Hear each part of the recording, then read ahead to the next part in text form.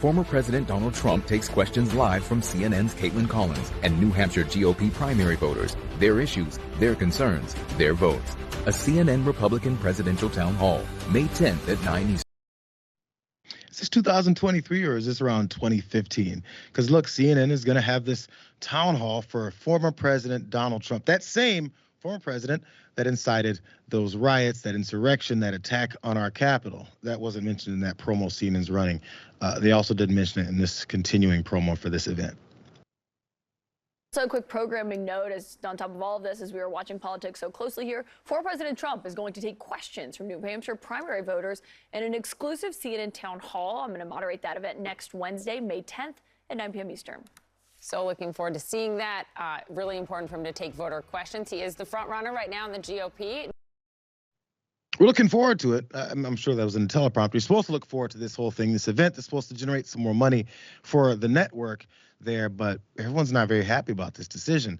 This is what Judd Legum, author of Popular Information newsletter, he said, first, CNN systematically purged anyone on the network who was deemed too anti-Trump. And now this. Former MSNBC host Keith Olbermann, who I haven't seen in a good mood in about 15 years, said, I think we can say Chris Licht's conversation of CNN into a political and journalistic whorehouse is complete. I can hear him saying it. I can hear him saying that. Daily Beast columnist David Rothkopf also called CNN's decision to host the town hall irresponsible. Excuse me. He said the town hall would be a sham if it does not lead with this question. You led an insurrection against the government of the United States. Why should any American voter support a candidate who sought to undermine the Constitution, institutions, and values he was sworn to uphold? I get the feeling that question is not going to be right off the top there. So hold your breath, I guess. I'll look for it, but it probably won't happen. So also his appearance on CNN comes as he's going through all these issues. There's a lot of things they could ask him about. And actually, I think they just might. Maybe that's what they're thinking is going to be the saving grace throughout this whole thing, though, Jeff. So Kaitlan Collins apparently probably has her hands full, and it's going to be one of those things where the moderator, or at least the host, is going to be getting judged about as much as the candidate. Yeah, I hope they're ready and prepared to fact check him live, because that's going to be needed and necessary. In the interest of fairness, I do want to say that Bernie Sanders did do a town hall in Pennsylvania a couple of years ago with Fox News, and it was actually very good. Now, not that this Trump thing with CNN is going to be the equivalent of that. I would like to think it's going to be more like the interview that 60 Minutes did with MTG a couple of weeks ago, where Leslie Stahl did not fact check her or ask post-secondary or like next questions to follow up what she was talking about. So I don't know what Trump can actually bring to the table. Like, it's all around the world, the same song with him. Like, he's going to talk about the election being stolen and fraudulent. And again, if they're not going to check that live and check him on that, then this is not going to be good. Well, it'll be good for them as far as probably ratings and money, because even if you're watching with the anger that some people are going to have or the disdain for the decision in doing this, that's all they care about. And don't think I didn't pick up on your Digital Underground reference there, because it was dope. So this is the same song, man. I'm just saying.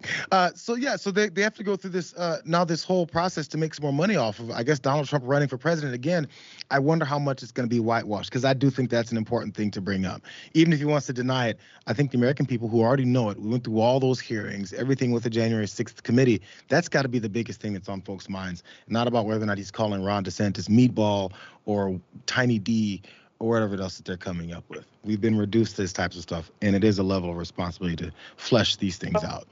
I'm sorry, we're not going to just skip past that. Like, you didn't just invent a new nickname for Ron DeSantis. Oh, I mean, if that's one from Trump, then okay, I'll go with that. But I think you just made that up, right? Which one? Which one? Did you say Tiny D? Tiny D has been floated. I'm not sure Trump said it, but definitely was said to him, and he didn't reject it. Am I right? You guys, since we're talking fact check me. I want the audience to fact check me. I would rather not be wrong. If there's an internet moderator for this show, then yeah, I'm gonna need some fact check, because I thought Meatball Ron was the one he was running with. And by the way, like, that's awful. It's not good for his standards. He's usually pretty good, but absolutely. Tiny D, huh? Okay. Yeah, Meatball, and that's the other one. It's DeSanctimonious. That's the one he is running with. You're right. But Tiny D was definitely tossed around. I can't say he started it, but it's definitely there. Okay. All right. We're going to find out. As soon as I see the comment, Asher, let me know. We'll see if someone has me right or wrong. I'll read it at any point.